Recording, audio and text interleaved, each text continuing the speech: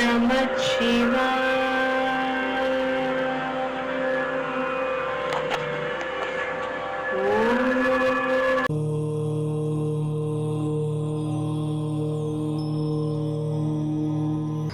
வணக்கம்.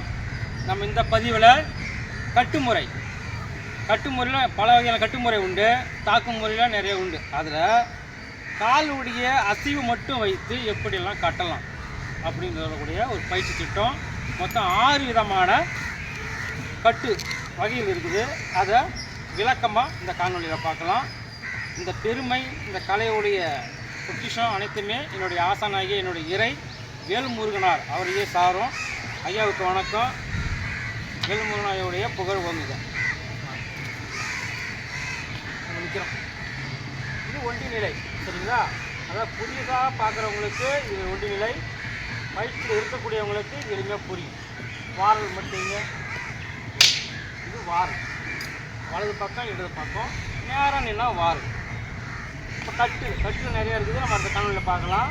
இப்படி செய்யலாம், குழைத்து கட்டக்கூடிய முறையும் பார்க்கலாம். புரியாதவங்களாக சொல்கிறேன். வாரல் ஒரு கட்டு, இதை மட்டும் எடுத்துக்கிட்டு இந்த 6 விதமான தடுப்பு முறைகளை பார்க்க போகிறோம். வாரல் கொண்டு அவ்வளோதான். இது வாரல் ஒரே பக்கம் மட்டும் செய்ய போகிறோம். ஓகேக்கா? ஒரே வாரல் அடி எங்கே போகுதுன்னு ஒரிஜினல் அடி வேறு பயிற்சிக்காக நம்ம செய்கிறோம். சரிங்களா? பரவலாக கொடுங்க, நேராக கொடுக்காதீங்க, பரவலாக கொடுங்க. இந்த இடத்துல அடிக்கணும்னு வச்சுக்கோங்க. உதாரணமாக கொடுப்போம். இது எப்படி 6 விதமாக எப்படி தடுக்கிறது? எல்லா அடியும் செய்யலாம். வாரிலேருந்து, வெட்டிலேருந்து, புத்துலேருந்து, அறுப்புலேருந்து எந்த விதமான முன்னுக்கு வந்தாலும் சரி, எப்படி வந்தாலும் 6 விதமான முறைகளில் செய்யலாம். அந்த காணொலியை நல்லா கவனிமாக பாருங்கள், சேவ் பண்ணி வச்சுங்க. உங்களுக்கு பயன்படும். மாணவர்கள் சொல்லிக் கொடுங்க. முக்கியமாக ஆசனடி நேர்பாடில் பயிற்சி. இப்போ வாரம் 1, இதில் இறக்கம், நாளை பின்னாடி போனால் இறக்கம், இது கொடுங்க, இந்த பக்கம் கொடுங்க. பின்னாடி போயிட்டே இருந்தால் அது பேர் இறக்கம். இப்போ சறுக்கல், சரி, இந்த பக்கம் கொடுங்க. இது பேர் சறுக்கல் வகை 2. வகை 3 நின்ற நிலையிலே செய்யணும். குந்தால் நிலை, ஏறி செய்யணும். நின்ற நிலையிலே செய்யணும். நின்ற நிலையிலே, இது பேர் குந்தால் நிலை அப்படின்னு சொல்லணும். அடுத்து சொருவல் நிலை. அதற்காக சொருவில் போட்டு செய்யணும். அந்த பக்கம் அடிங்க. இப்போ சொருவில் இருந்தால் காலை பிரிக்கணும். சரியா? மீன் எடுத்தோன்னா சொருவில் போகணும். சொருவல். இது 4. 5வது ஒதுக்கம், வாரல். சைடில் போகணும், காலை ஏற்றம். சரி, சரியா? இது 5வது வகை. 6வது ஏற்றம், முன்வைக்கு போதல்.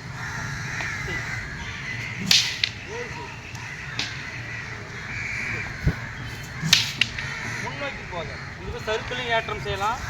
நடந்து போகணும். சரி, இது ஏற்றம். மொத்தம் இந்த 6 விதமான வகைகளில் காலுடைய பயிற்சியில் செய்யணும். வாங்க, ஒரு அடி மட்டும் செய்யலாம். கவனிங்க. 1, 1, இது இறக்கம், சறுக்கல், சொருவல், குந்தால் நிலை, ஒதுக்கம், ஏற்றம். அப்போ 6 விதமான பயிற்சியில் செஞ்சோம்னா அவர் எந்த மாதிரி செஞ்சாலும் சரி நம்ம செய்ய முடியும். சரியா? இப்போது இறக்கம்னா பின்வைக்கு போகிறது, சறுக்கம்னா சறுக்கிட்டு போகுது, ஜெர்க்கு. கால் மாட்டி செய்கிறோம், ஜெர்க்கு செய்கிறோம், நின்ற நிலையில் செய்கிறோம், கால் சொருவல் செய்கிறோம். ஒதுங்குதல்னா சைடு. ஒதுங்கிறது கவனமாக ஒதுங்கணும். கம்பு எந்த பக்கம் வருதோ அதுக்கு தகுந்த மாதிரி போகணும். செய்வோம். இந்த பக்கம் போனால் அடிப்படும். அது எதிர் திசையில் தான் போகணும். ஒதுங்கிறது ரொம்ப முக்கியமானது. ஏற்றம்,